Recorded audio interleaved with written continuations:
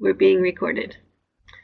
Okay, welcome to the eXtension webinar on poultry carcass quality. My name is Jackie Jacob, and I am the coordinator for the eXtension small and backyard flocks, and I help organize these monthly webinars. We have several coming up, so check us out. I'll put on some links in the chat box for you to check for future ones. Today's webinar is Dr. Casey Owens from University of Arkansas, does a lot of work in meat quality with poultry, and she will be talking about poultry carcass quality today. If you have any questions during the presentation, feel free to type them in the chat box. We'll try to address all the questions before we end the webinar today. So it's all yours, Casey. Hi, thank you for inviting me to conduct this webinar today. I will tell you this is my very first webinar to do. I've usually make very many presentations, but not in this format. So hopefully y'all can all bear with me as I try to go through this and whatnot. I was interested. I saw a couple of people prior to the beginning of this recording on where people are from and like their affiliations. Is that something that maybe people could put in the chat box, like what their role is, if they're with Extension or if they're a farmer or whatnot? That might help me as I go through and make some comments here and there, and tailor a little bit better.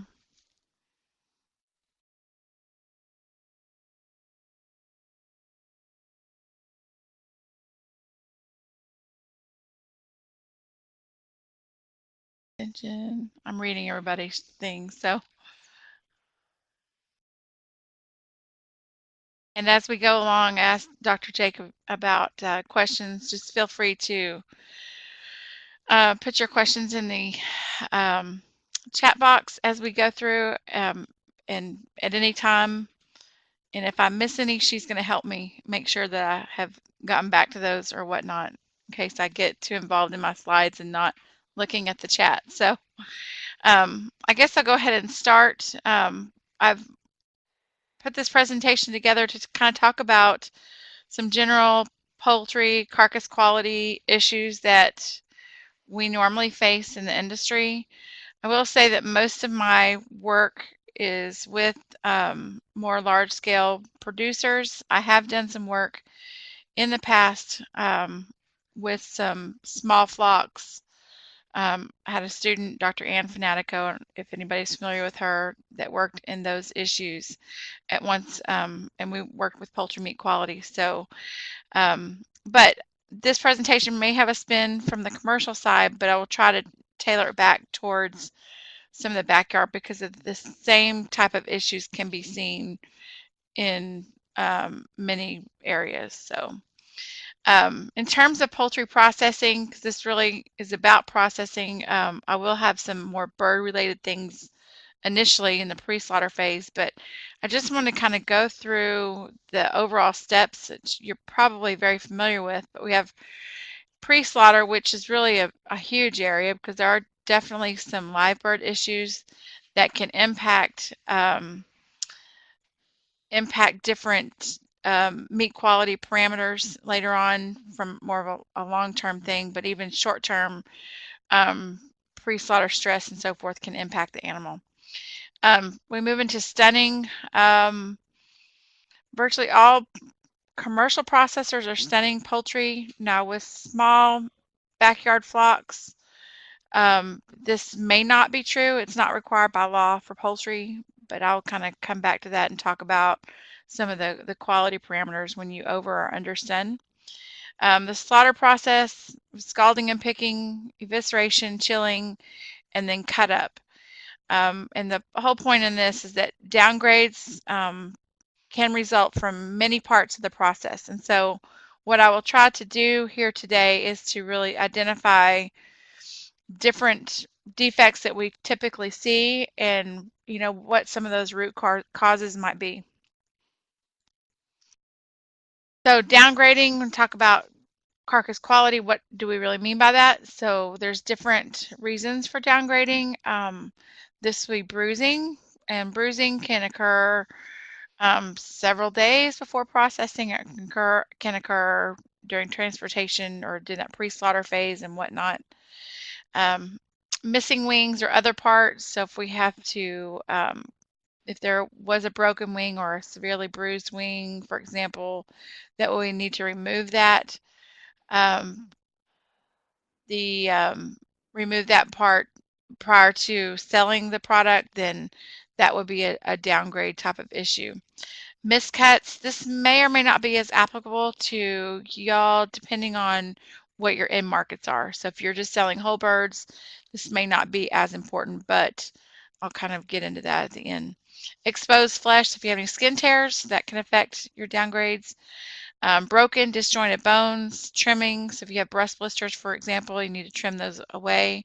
That's going to expose some flesh and cause some more of a downgrade or issue. Discoloration, and lots of other reasons as well.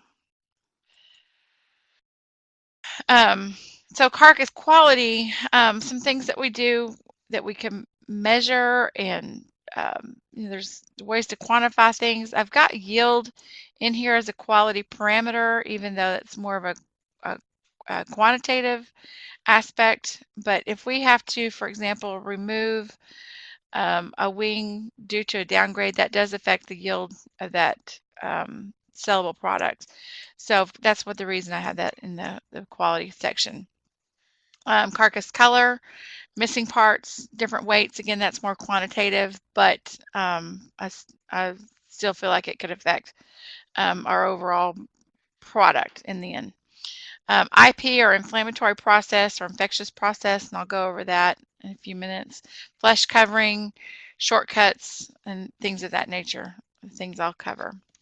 So in the pre-slaughter phase can really expand a large area or large portion of time for the bird. It can be just a few days prior to processing, or it could be a downgrade that's affected by weeks before processing, or it could be, within an hour or so of processing. So I'm going to talk about a few different ones. The first one I do want to mention is green mussel disease. This is a condition that develops antemortem, so in the live bird phase. It's generally from stress from handling. So when the birds get active, get excited, and they have a lot of wing flapping, then this is one of the root causes of this condition. And actually, some researchers out of Auburn created a model to induce this situation. And the way that they induce it is to induce wing flapping. So they hold the birds in such a way that the birds will flap their wings. This results in necrosis of the pectoralis minor, or known as the tender. And so basically what happens is that pectoralis major, or the overall breast fillet, is large, and the way it contracts and relaxes when it's and it's covering the tender, the pectoralis minor. When the pectoralis minor needs to contract, then there's not much room for that to occur, and so that can actually, the breast muscle, the major, can actually squeeze out, the life support of that tender, or that pectoralis minor. So it can damage the vessels, and then with the possibility of not recovering. And once those vessels have been damaged, then it loses oxygen supply and so forth, and that tissue becomes necrotic. So we see this in all sorts of birds. Again, the activity can be one of the major things that can influence it. I would say the size of bird can also influence it, meaning that if you have a larger bird, then in a larger breast yielding bird, that could potentially increase the incidence of green mussel disease depending on their activity. But that's not to say that this condition is not observed in smaller birds that are going to be sold as whole carcasses. So I think I have a few more pictures on this. Green mussel disease occurs first again with hemorrhaging, so you've damaged some of the vessels at some point, and so just 2 to 3 days post stress, what you see is let me figure out this pointer here. Just internal hemorrhaging. All right, so there's decreased blood flow to the pectoralis minor, or this tender. So it just kind of looks like bruising in some form or fashion. The problem is that once the vessels are damaged, they may not be able to be repaired, and that will lead to necrotic tissue. And so day 7 to 8 post-stress, your tenders would appear more like what you see in this bottom right-hand picture. So a green color, and that's just really a breakdown of the hemorrhage itself. So necrosis, again, is just tissue death. All right, I'm just reading the chat, sorry. Okay, inflammatory process. This is also referred to as cellulitis, or infectious process is another name. It is a problem that results in condemnations and downgrades, and it is a problem that will occur just a few days prior to processing. And this is, I believe it's more important with birds that are on litter.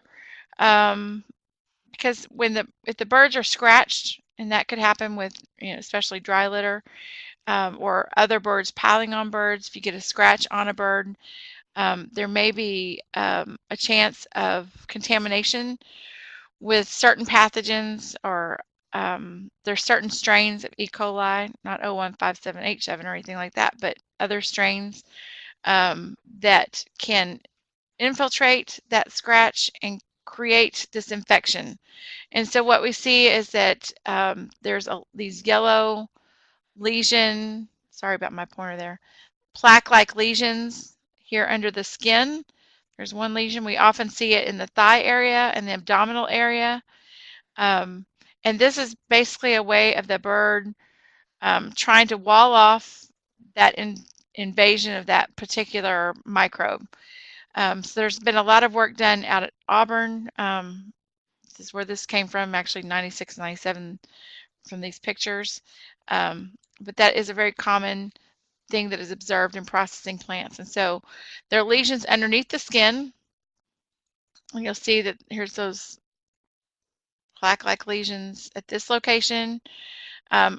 There's a thickening of the skin that you may observe where the lesions are underneath there. And that's, again, in the thigh kind of area, and also in the abdominal type of area on the bird. And so this is a process where, again, the bird is trying to heal, but it occurs just a few days prior to processing. And that's one of the issues with this problem, because you could be growing the bird for several weeks, and then just a few days prior to processing get this problem to occur, and your overall result is a downgrade in that product. So it has to be either trimmed or condemned. So that is something that could occur as the birds maybe increased activity if they're getting bird scratches, or the quality of their bedding or whatnot may impact those things. All right, a newer condition I want to talk about, I've been doing quite a bit of research in this area, is in terms of white striping in the breast fillets. And while I'm not real sure what type of birds that you're involved with the most, especially Terry and Rita that are on here on the chat or in the webinar, but these commercial strains can often be used in small flocks or pasture flocks. I know that there are also many slow-growing breeds that can be used as well. But this white striping can occur generally with higher growth rates. So these commercial broilers that we're processing in our industry, our poultry industry overall, the large scale, again, they can be used for these small processors, and they have been bred to grow rapidly. They put on a lot of weight faster. And if they are on a good diet to really get the good growth, then you may see some of this white striping occurring. Seems to be in the heavier broilers that have a faster growth rate. So what is white striping? You'll see these pictures on the right. And these are several examples of different severity. And the first top picture is just a normal fillet, absent of any white striping. The second picture is what we call moderate in striping, where you have real thin, fine white stripes, and they follow along the muscle fiber. So they tend to start at the wing type of region, and then they follow along the length of that muscle fiber to the keel bone. And you may see it towards just this cranial region of the fillet, but it can also spread down throughout the fillet. So you can kind of see some in this mid part as well. Another degree of severity is what we've called severe. This is where those white stripes are now about 2 millimeters in thickness or greater, or at least some of them are, and you'll see that there's larger bands of this white striping.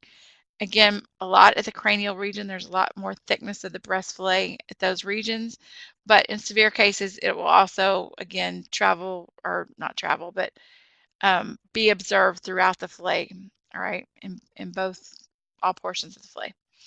And here in recent years, we've seen more of extreme conditions where we see these bands kind of not grow together, but form together, so they kind of are overlapping each other.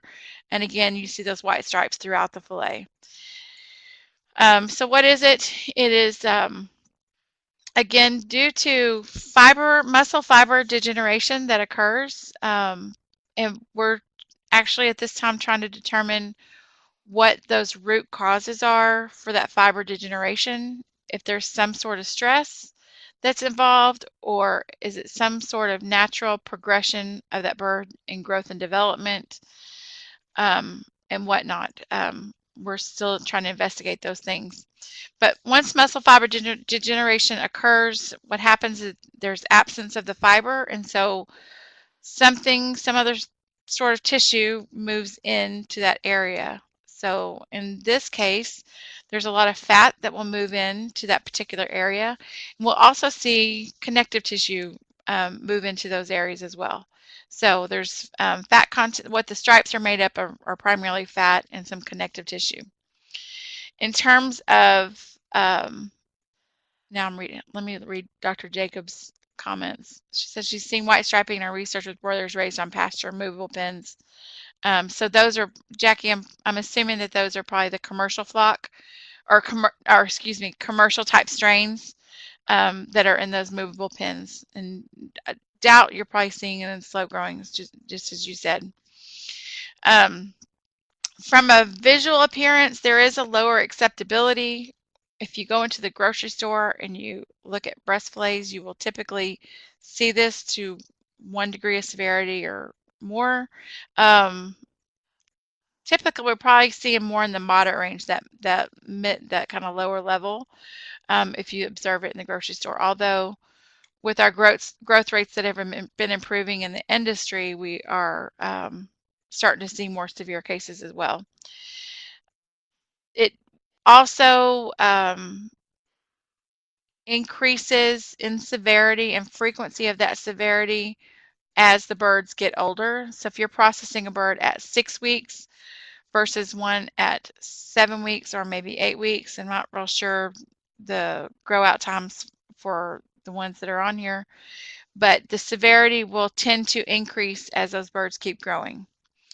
From a meat quality standpoint, initially we did not see very many differences in meat quality in terms of texture and cook loss and things of that nature. In more recent research, we have seen a little bit of a decrease in water holding capacity of that meat.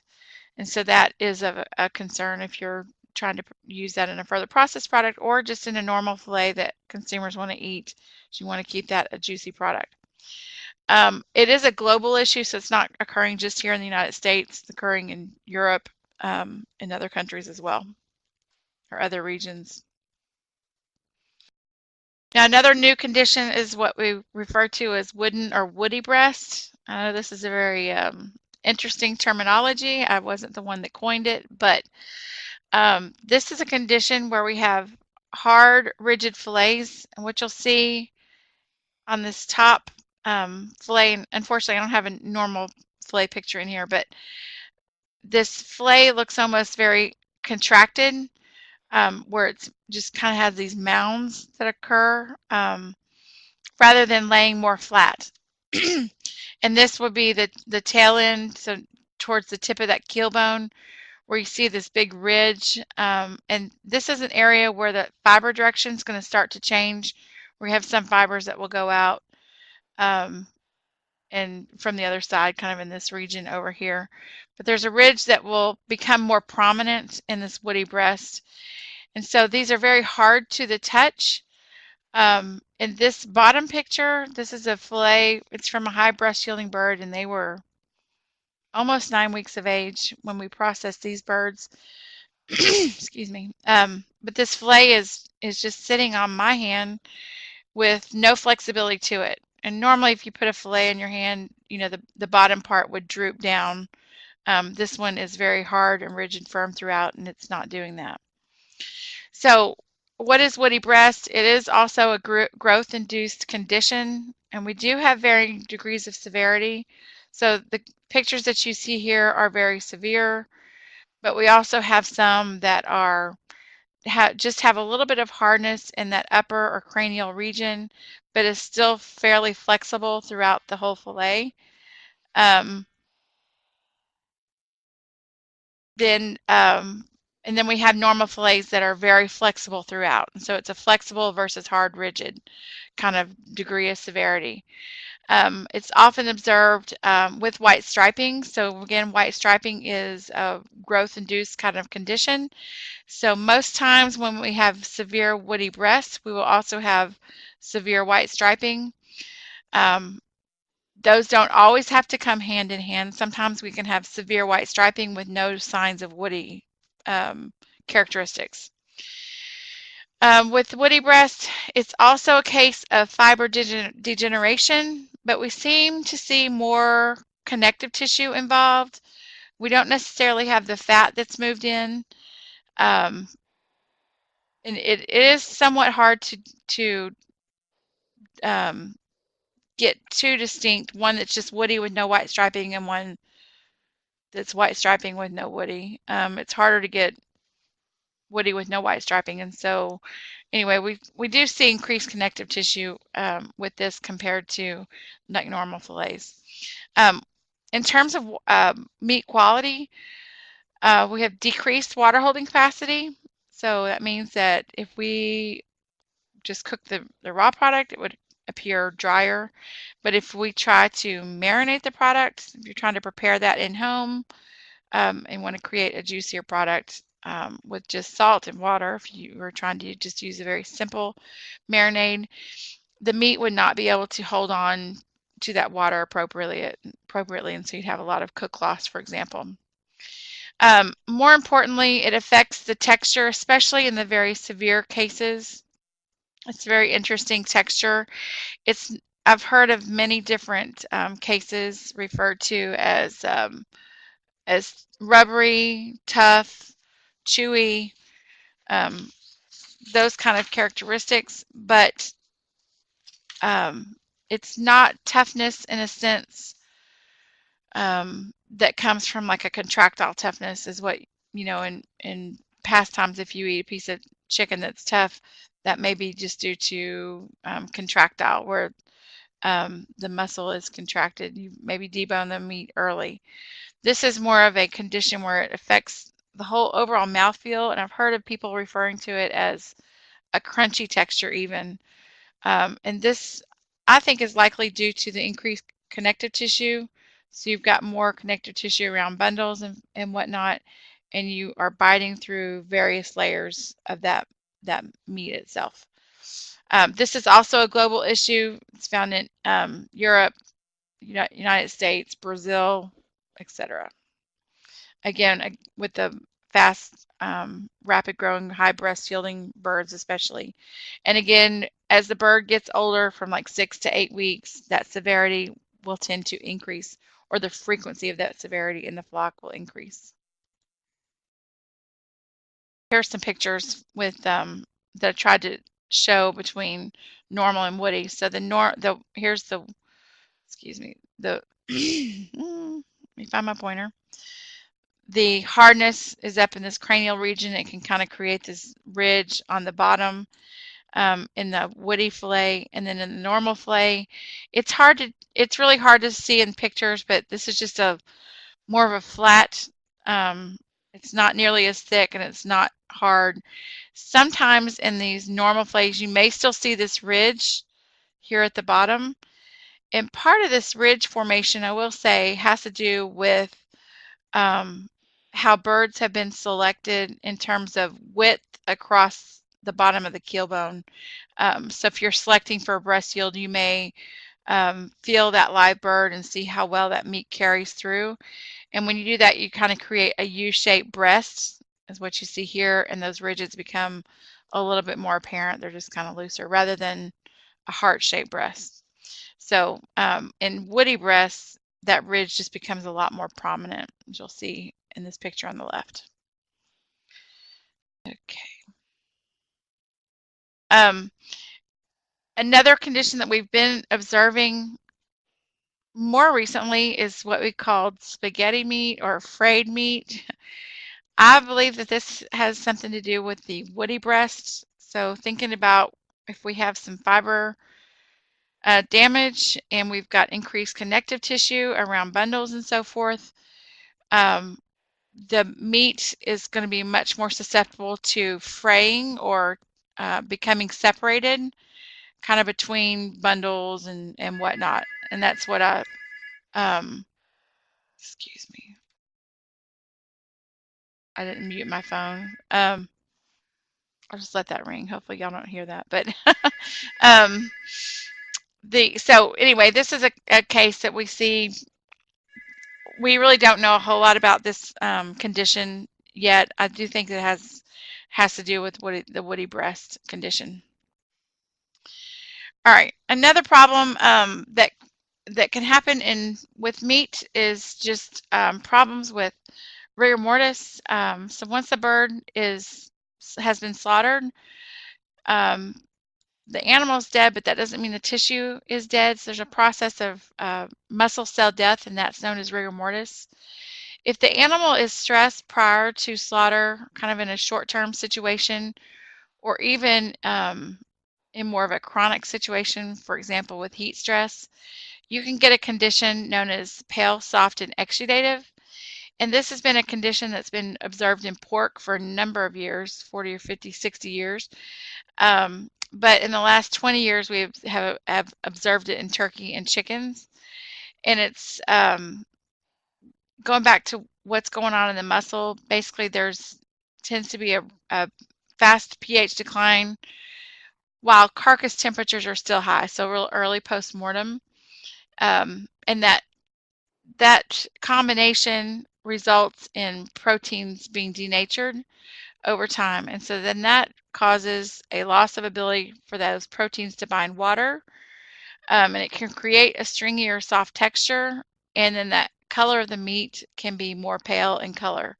And that's because there's less water holding capacity from a protein functionality standpoint. And then there's more light reflection in the meat in terms of making that meat pale because of decreased protein functionality.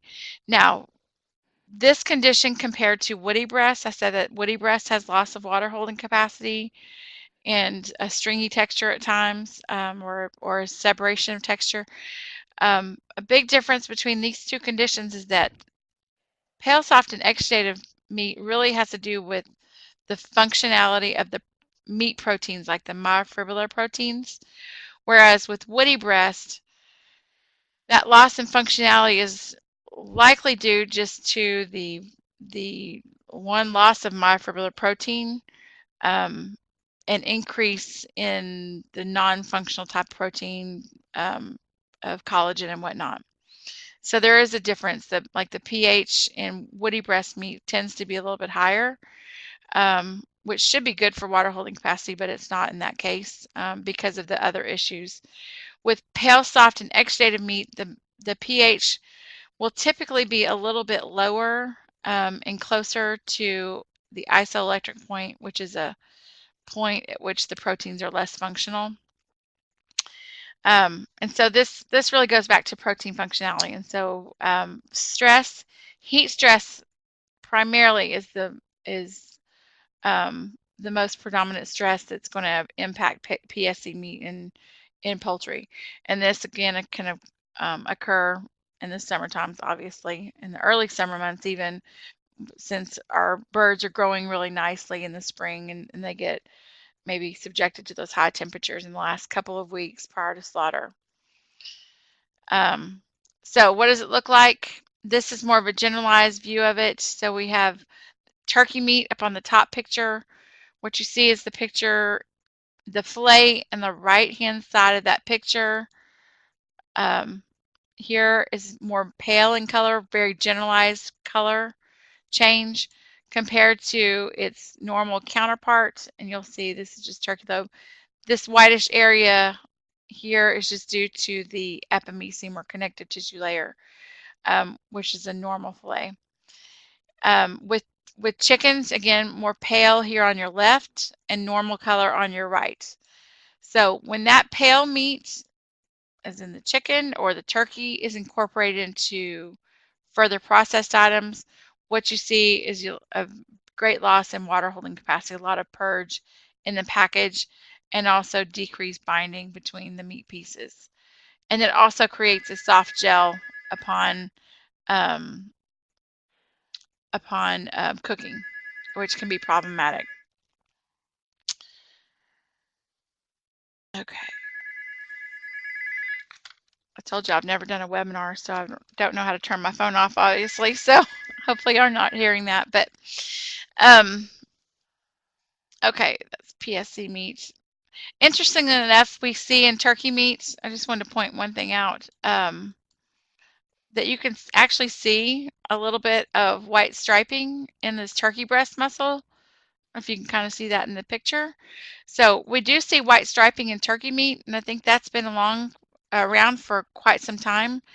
The big difference between turkey meat and chicken meat is that there's a huge size difference.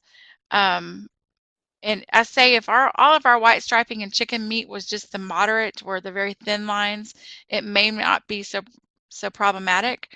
But when we come into those severe cases of white striping, where it really overcomes the whole visual attractiveness of that fillet, that's when we see a lot more problems. And with turkey meat, we just don't see it to that degree. All right, so back to PSC. What are some of the causes of this? From a genetic standpoint, the ryanodine receptor is a calcium release channel, so it's a part of functioning muscle. In pork, they have identified some actual genetic changes that result in abnormal ryanodine receptors or abnormal calcium regulation in the muscle. And that leads to a problem where the muscle is stimulated to contract and calcium is released, and it is not able to be resequestered by the muscle. And the end result, without getting too deep, is more of a sustained contraction, and that leads to more heat production and more accelerated metabolism and so forth. Kind of long story short. So with poultry, I don't think that there has ever been an identified issue with the ryanodine receptor, but there's in avian species there are more isoforms of this ryanodine receptor compared to mammalian species. So there's still potential of something being problematic there. More so of our problems in the poultry industry are from environmental conditions. And again, antemortem stress, such as heat stress or lots of short bursts of activity prior to slaughter, can result in an increased metabolism at time of slaughter. and that can lead to some pale, soft, and exudative meat in the post-mortem state. If you improperly chill, and this one may be a little bit more important to y'all, if you improperly chill that meat so that it stays at a warm temperature for a longer period of time as the muscle pH declines, you could create this PSE type of condition. So you're damaging the proteins in the end.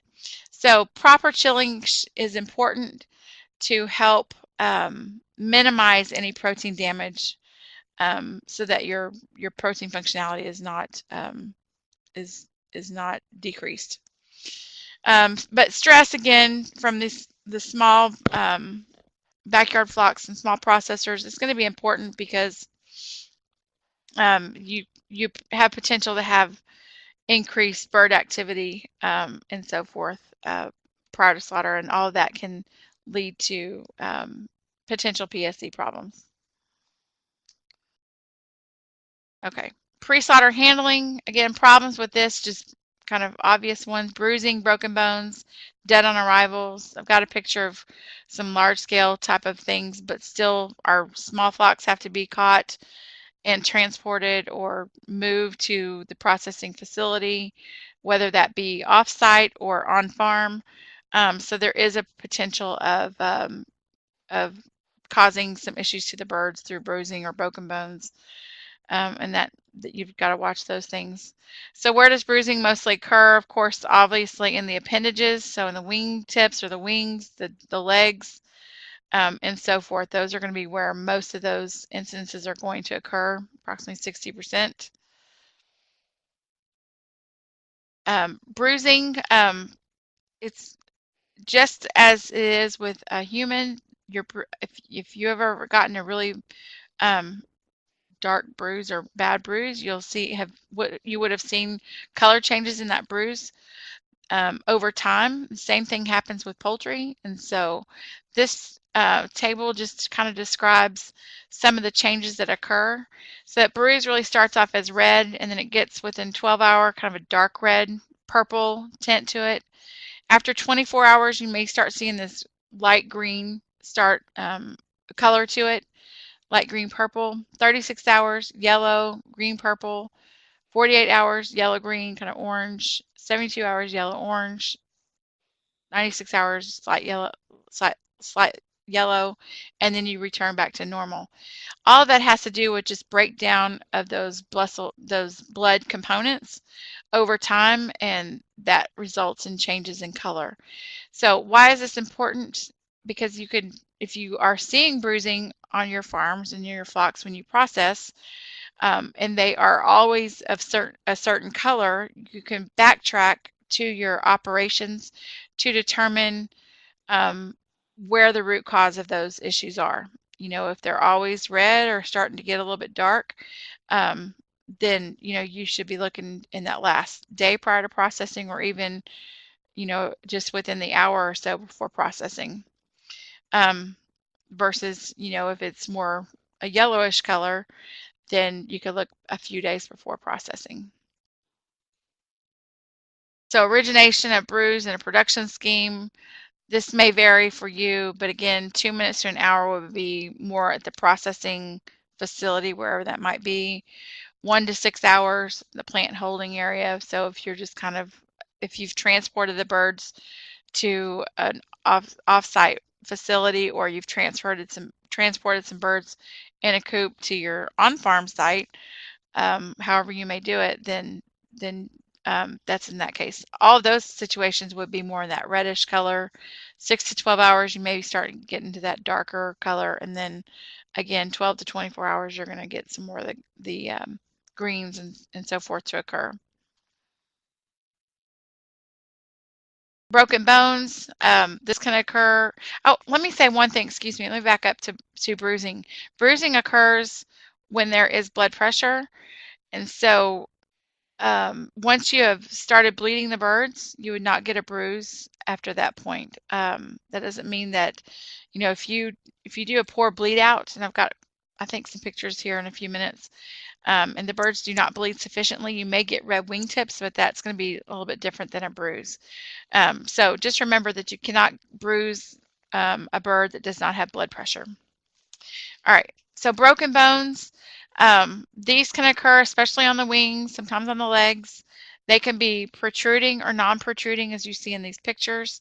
And if you see hemorrhages associated with these broken bones, you know it has occurred in a live state.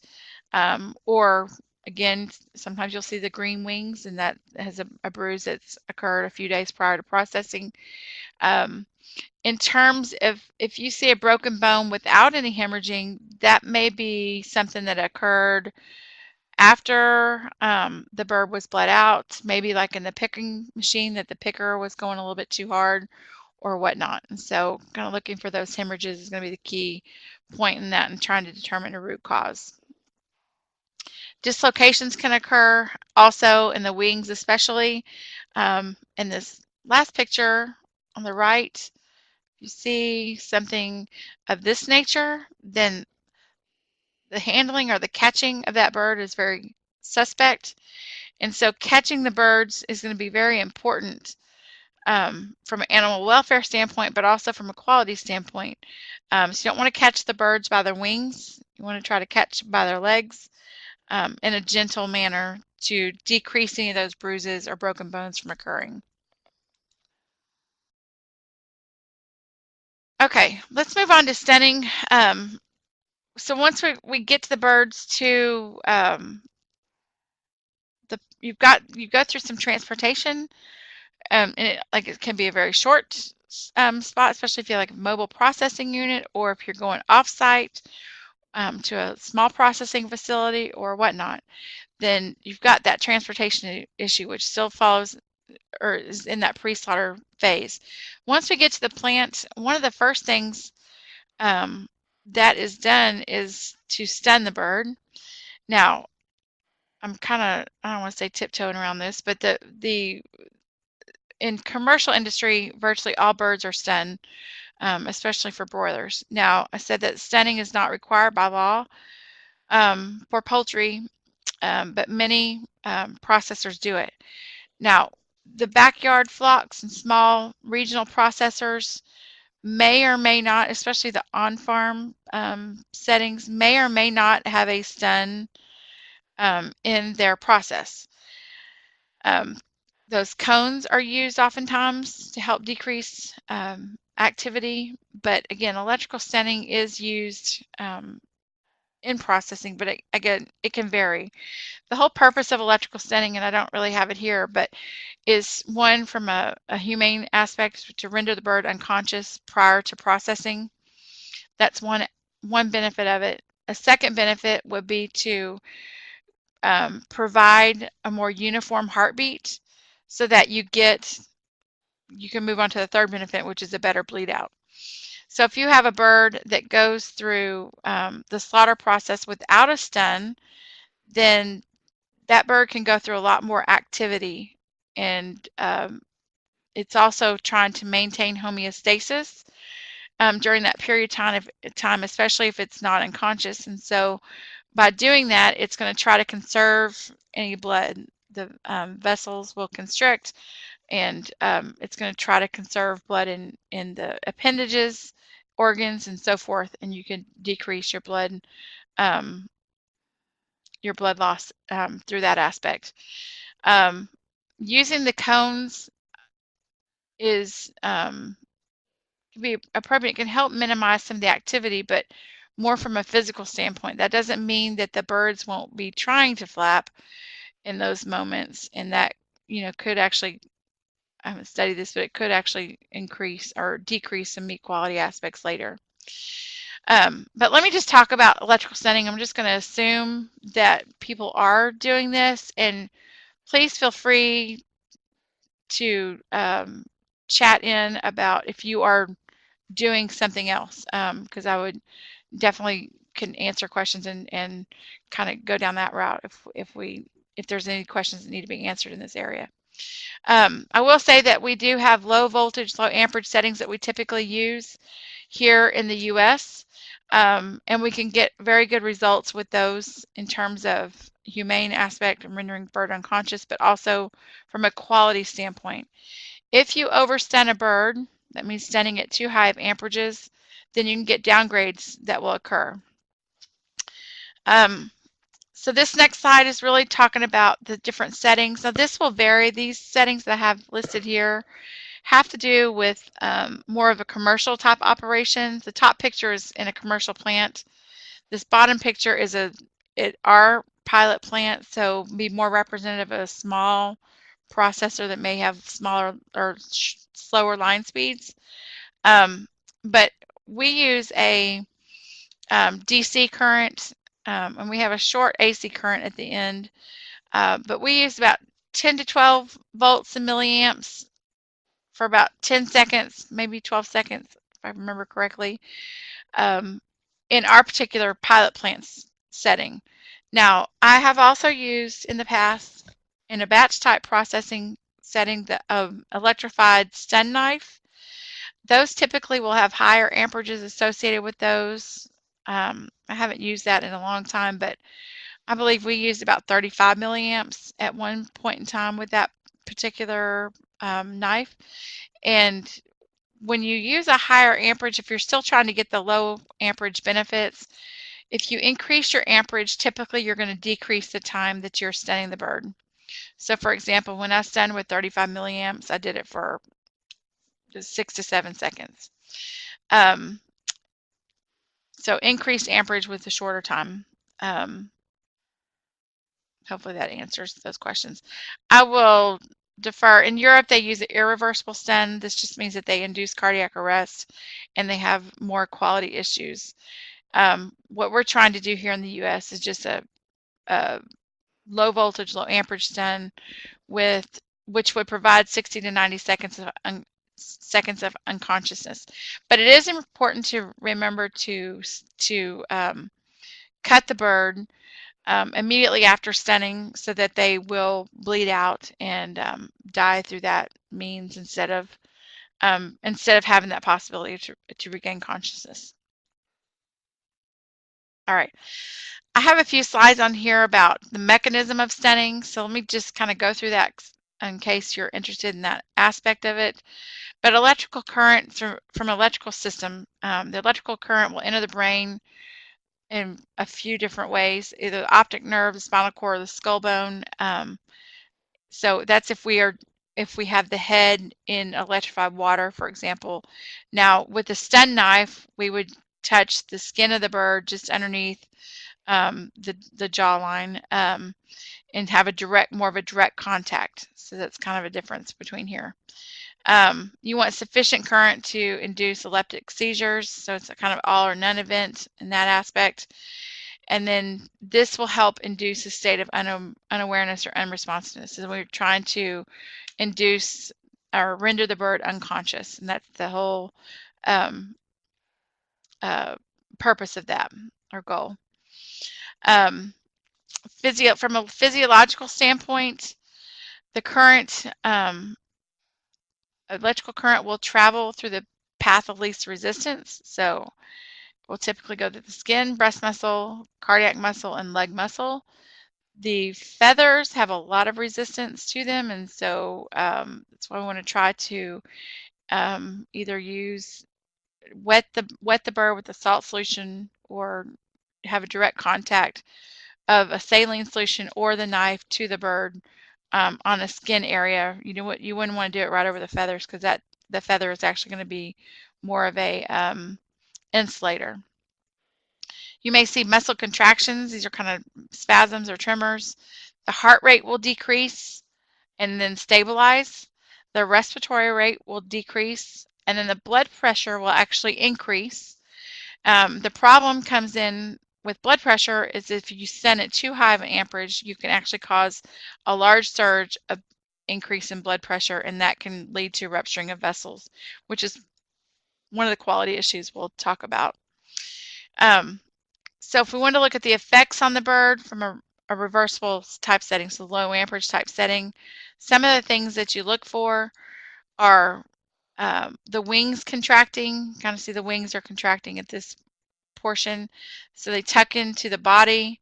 The neck will have this arch to it. You can kind of see in this picture of this bird. Extended, rigid legs if they're hanging on shackles, for example. And then you would see open fixed eyes. There's a membrane that goes over the eyes, so they will look like they're open. So those are some things if you are stunning that you may see. Now you could potentially see a little bit of activity. Those are spasms that are occurring, but you do not want to see major contractions after stunning. You wouldn't want the birds to be flapping or have a lot of activity. If they're doing that, you're not stunning at the correct parameters.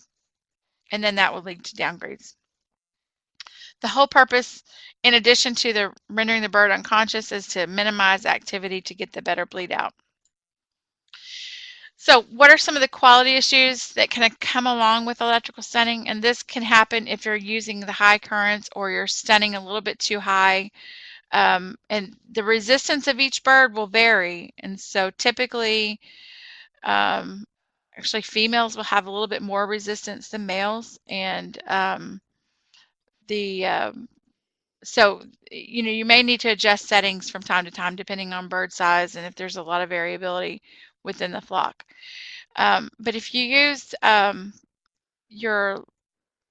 if you are in an overstun situation, if you do start seeing some of these problems that I'm going to show you, then you should assess your stunning program and think about backing off or decreasing the amperage or decreasing the time that the bird is subjected to the amperage, for example.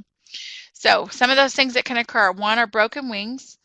A second one is a broken clavicle. So the clavicle is a wishbone area. And if you see that clavicle with this hemorrhage associated with it, that is a classic sign of overstunning. Okay, so it just means that you're stunning at too high of amperage. That bird is contracted and it's really snapped that clavicle. Hemorrhages in the breast and the thigh meat. And so this is some petechial hemorrhaging in the breast meat.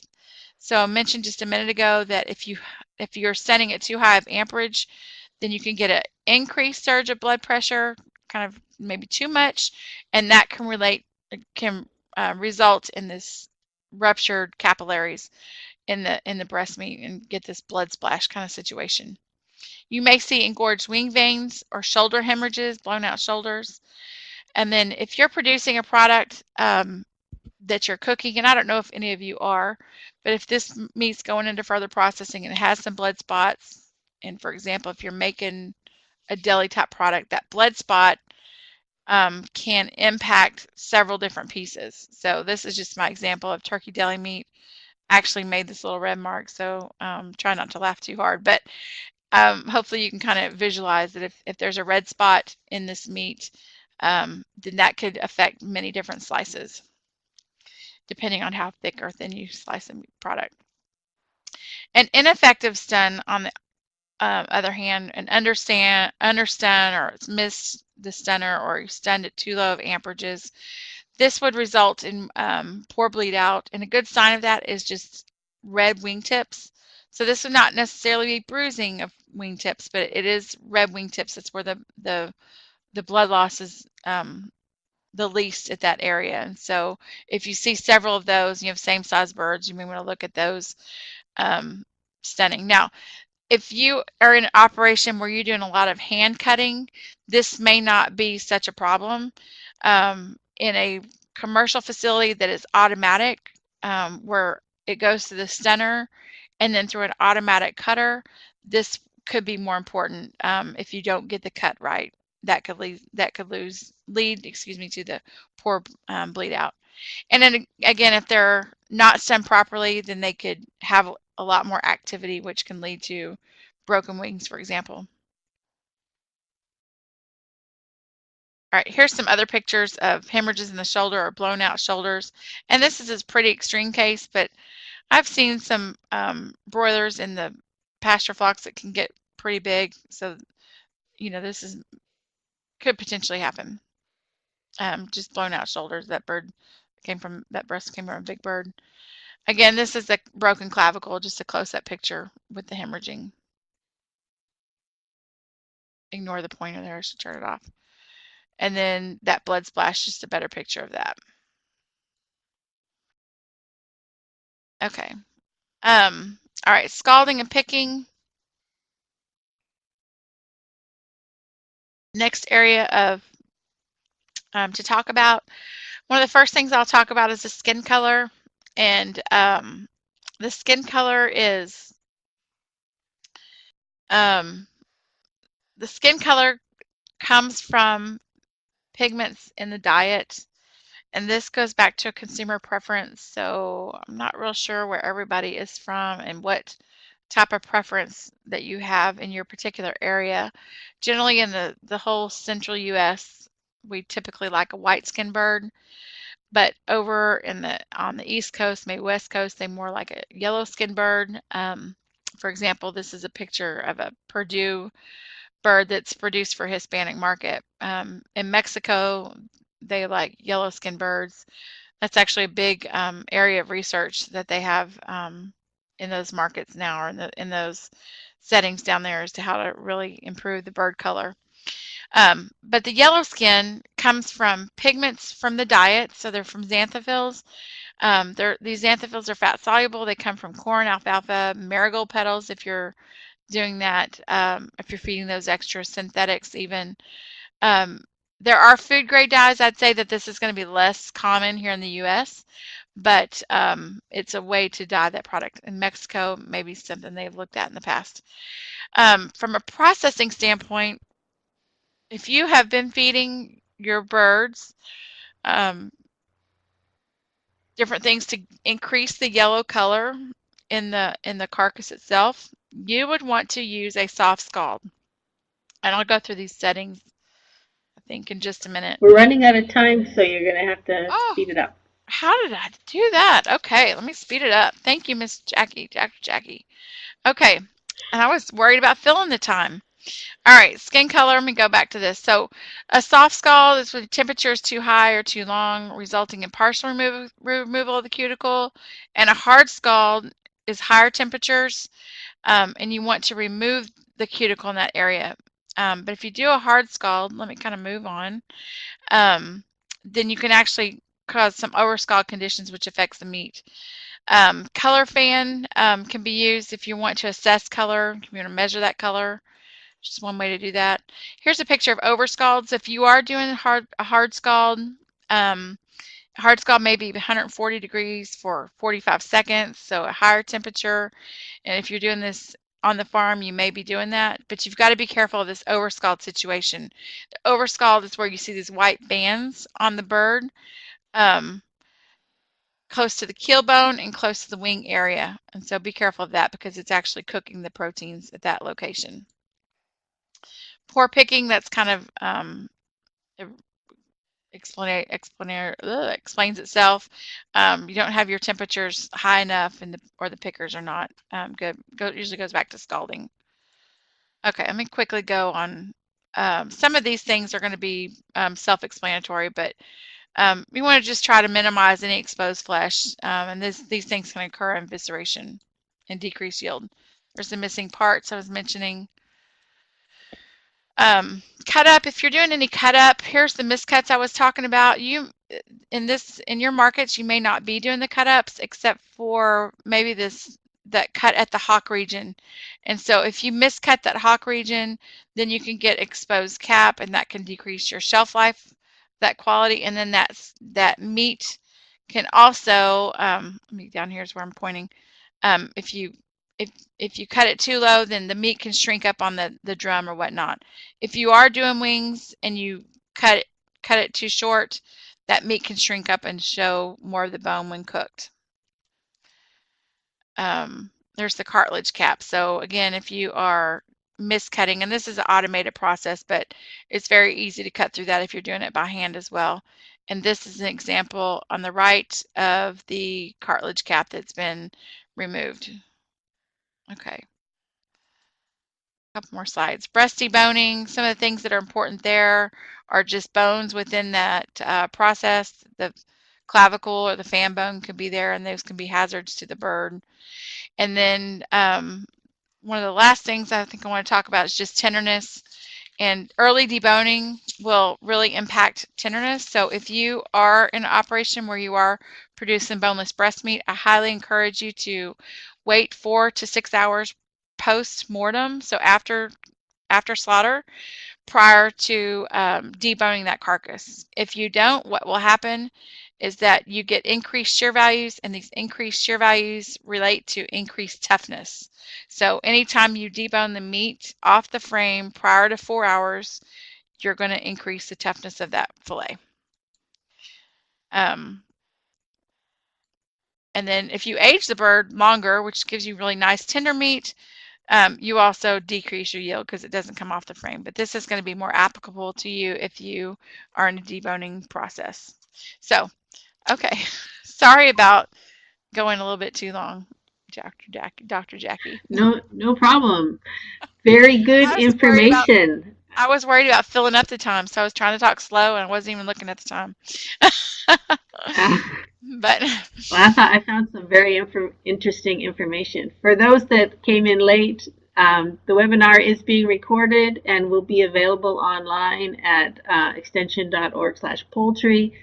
For those interested in future webinars, our next one in September is on the overview of chicken anatomy on September 17th. And then in October, we're doing raising waterfowl. And in November, wait a minute. That October one should not be raising waterfowl. That October one is raising guinea fowl.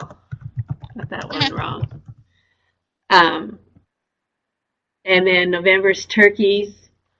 For those that are raising larger flocks and happening to deal with any mortality that may occur with avian influenza, which is a worry for the fall, September 16th is a webinar on composting AI mortalities, which could be an issue if you're raising large flocks.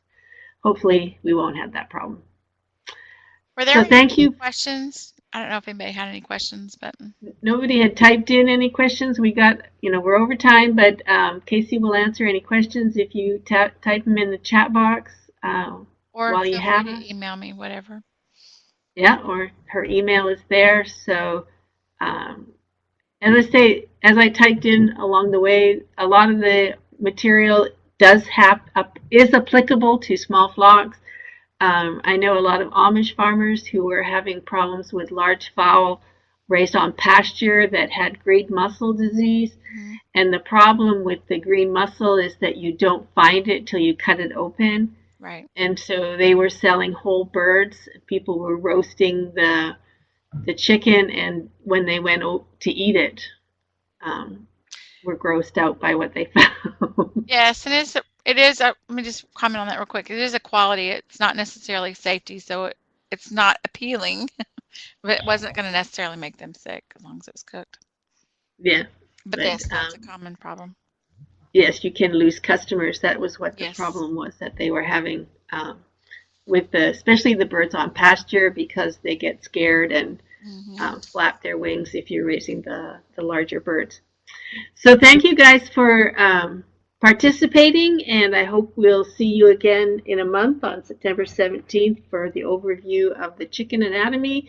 Check us out on Facebook. That is where we post any news related to small flocks, and where we post upcoming webinars, and when I let you know that the recording is available online to watch. So check us out on Facebook. Thank you very much, Casey. I appreciate you doing this. You're welcome. And Suzanne, you can stop the recording. Thank you.